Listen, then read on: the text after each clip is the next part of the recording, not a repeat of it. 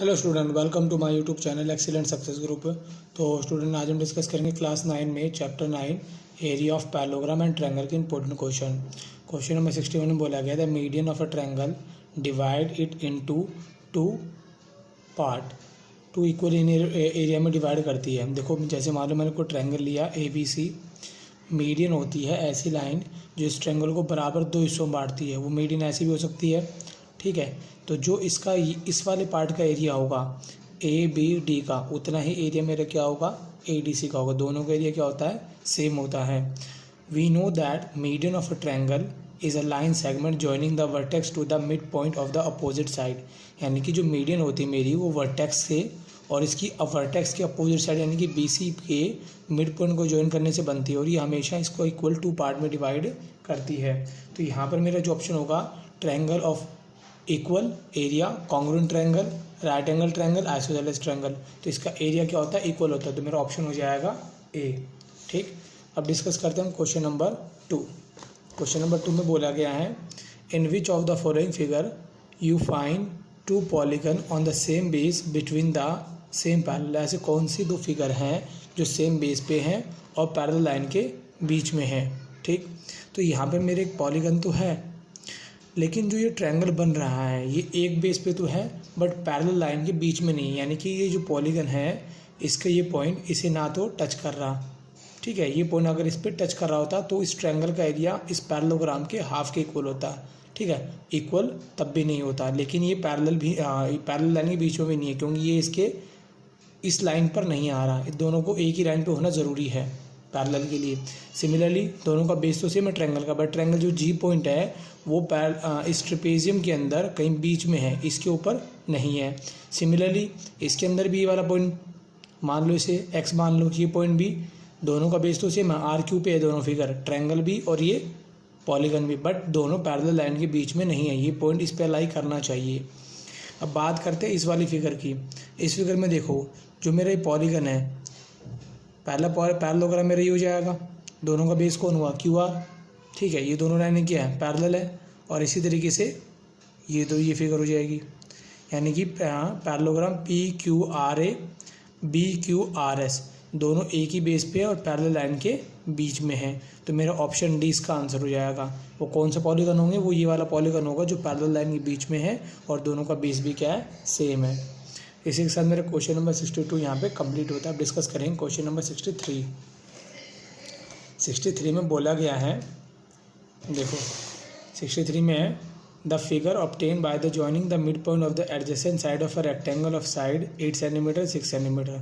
एक रेक्टेंगल है जिसके मिड पॉइंट को ज्वाइन कर दिया गया है। तो ज्वाइन करने से बीच में जो फिगर आ रही है, इस फिगर का एरिया क्या होगा। देखो, इस क्वेश्चन को हम दो तरीके से कर सकते हैं। पहला तरीका ये कि ज्वाइन कर दिया जाए SQ के साथ, ठीक है, और इस तरीके से ज्वाइन किया जाए कि जितना SQ है उतना ही CD हो, ये इसके बिल्कुल पैरेलल हो और पैरेलल और इक्वल हो। तो मेरे को गिवन है कि ABCD में एक रेक्टेंगल है, ठीक है, ABCD इज़ अ रेक्टेंगल, ठीक है। अब दोनों के मिड पॉइंट को अगर मैं ज्वाइन करूँगा, दोनों के मिड पॉइंट को ज्वाइन करने पे ये ऊपर वाली मेरी रेक्टेंगल होगी, नीचे वाली भी क्या होगी, एक तरीके से रेक्टेंगल ही होगी, ठीक है। ज्वाइन SQ, ज्वाइन करने से ये मेरा एक रेक्टेंगल बना और ये दूसरा रेक्टेंगल बना, ठीक। इसका नाम दिया ABQS। इसमें देखो ये ट्रायंगल बन रहा है मेरा। इस ट्रायंगल का एरिया इस रेक्टेंगल का क्या होता है, हाफ होता है। क्यों होता है, क्योंकि अगर एक ट्रायंगल और एक पैरेललोग्राम दोनों एक ही बेस पे पैरेलल लाइन के बीच में, तो ट्रायंगल का एरिया इसके हाफ के इक्वल होता है। पैरेललोग्राम को, रेक्टेंगल को हम पैरेललोग्राम भी बोल सकते हैं। सिमिलरली DSQC, इसको इसके साथ ज्वाइन किया, इसको इसके साथ, ये मेरा R पॉइंट है। तो ट्रायंगल का जो एरिया होगा वो इस पूरे का क्या होगा, हाफ के इक्वल होगा पैरेललोग्राम के। तो हम सीधा मेंशन कर देते हैं, area of triangle SQP equal होगा एरिया हाफ के इक्वल, एरिया ABQS। इसे नंबर 1 मान लिया। Similarly area triangle SRQ half of area DSQC, ठीक है। रीज़न हो जाएगा, if a triangle and parallelogram stand on a same base between parallel line. इस वजह से इस ट्रायंगल का एरिया क्या होगा, इस पैरेललोग्राम के हाफ के इक्वल होगा।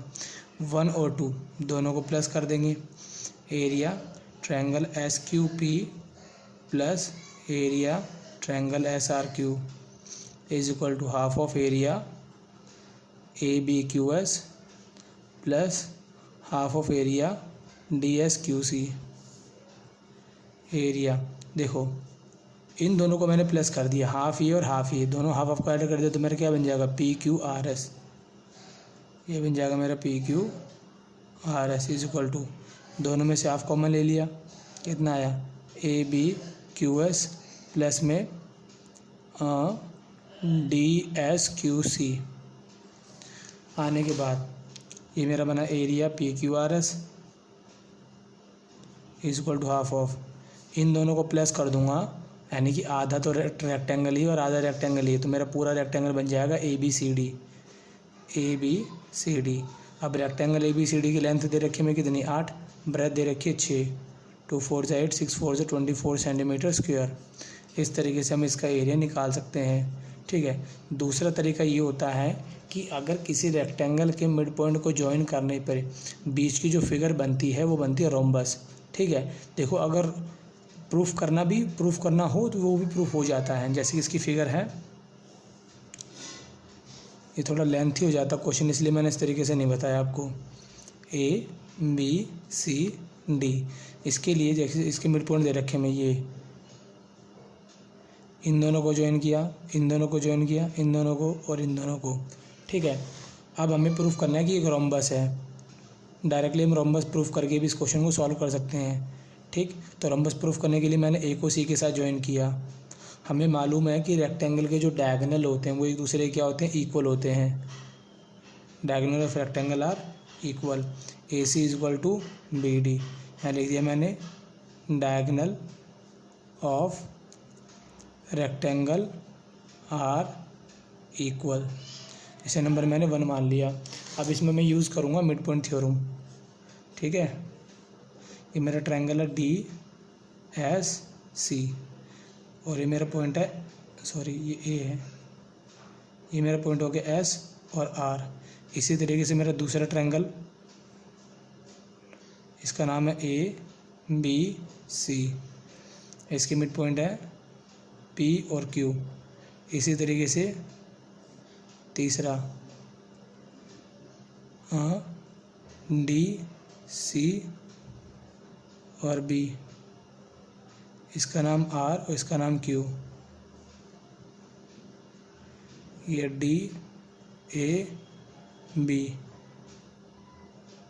और ये एस और ये पी। देखो मेरे 4 ट्रायंगल बन रहे हैं, इन चारों ट्रायंगल के अंदर मिड पॉइंट थ्योरम यूज़ करता हूँ। मिड पॉइंट थ्योरम में ये कहती है कि अगर के ट्रायंगल की दो साइडों के मिड पॉइंट को ज्वाइन कर दिया जाए तो वो तीसरी साइड के हाफ के इक्वल और उसके पैरेलल होती है। यानी एस आर जो है वो पैरेलल होती है ए सी के, साथ ही साथ एस आर जो है वो इक्वल होती है हाफ ऑफ ए सी के। नंबर 2 मान लिया। ठीक है, इसी तरीके से मेरा पी क्यू पैरेलल होगा ए सी के, पी क्यू इक्वल होगा हाफ ऑफ ए सी के। इसी तरीके से आर क्यू पैरेलल होगा बी डी के, आर क्यू इक्वल होगा हाफ ऑफ बी डी के। इसी तरीके से मेरा जो एस पी है इक्वल होगा हाफ ऑफ बी डी के और एस पी जो है वो पैरेलल होगा बी डी के। नंबर 2 3 4 और इसे 5 दे दिया। देखो ए सी किसके बराबर है, बी डी के, तो यहाँ मैंने क्या लिख दिया, B D half of B D is equal to S R. इसी तरीके से P Q is equal to A C किसके बराबर है, बी डी के, हाफ ऑफ बी डी। ये भी बी डी के बराबर है, ये भी बी डी के बराबर, ये भी हाफ ऑफ बी डी के बराबर, हाफ ऑफ बी डी के बराबर। तो इन चारों इक्वेशन का यूज़ करते हुए मेरी S R, P Q, R Q और एस पी चारों साइडें क्या हो जाएंगी, इक्वल। अगर चारों साइड इक्वल हो तो क्या बन जाएगा, रोम्बस। और रोम्बस का एरिया निकालने का फॉर्मूला होता है D1 इंटू D2, यानी diagonal 1 into diagonal 2। Area P Q R S formula होता है D1 into D2 and divide by 2। ठीक, तो देखो इस वाले का जो एरिया निकालना होगा पी क्यू आर एस का, इसका डायगोनल देखो क्या बनेगा, इसका डायगोनल एक ही बनेगा, एक ही बनेगा। तो बी से हमें दे रखा 6, तो पहला डायगोनल बन गया इसका 6, दूसरा ये दे रखा हमें 8, तो इसका दूसरा डायगोनल कितना बन जाएगा 8 एंड डिवाइड बाय 2, 6 8 48, 2 का डिवाइड दिया 24 सेंटीमीटर स्क्वायर। एरिया तब भी यही आएगा, ठीक है। और इसी के साथ मेरा क्वेश्चन नंबर 3 यहाँ पे कंप्लीट होता है। उम्मीद करता हूँ स्टूडेंट आपको क्वेश्चन समझ में आ गया होगा। अगर आपको वीडियो अच्छी लगी तो वीडियो को लाइक करें, शेयर करें, कमेंट करें और इस चैनल को जरूर सब्सक्राइब कर लें। मिलते हैं अगली वीडियो में। Okay bye bye, thank you.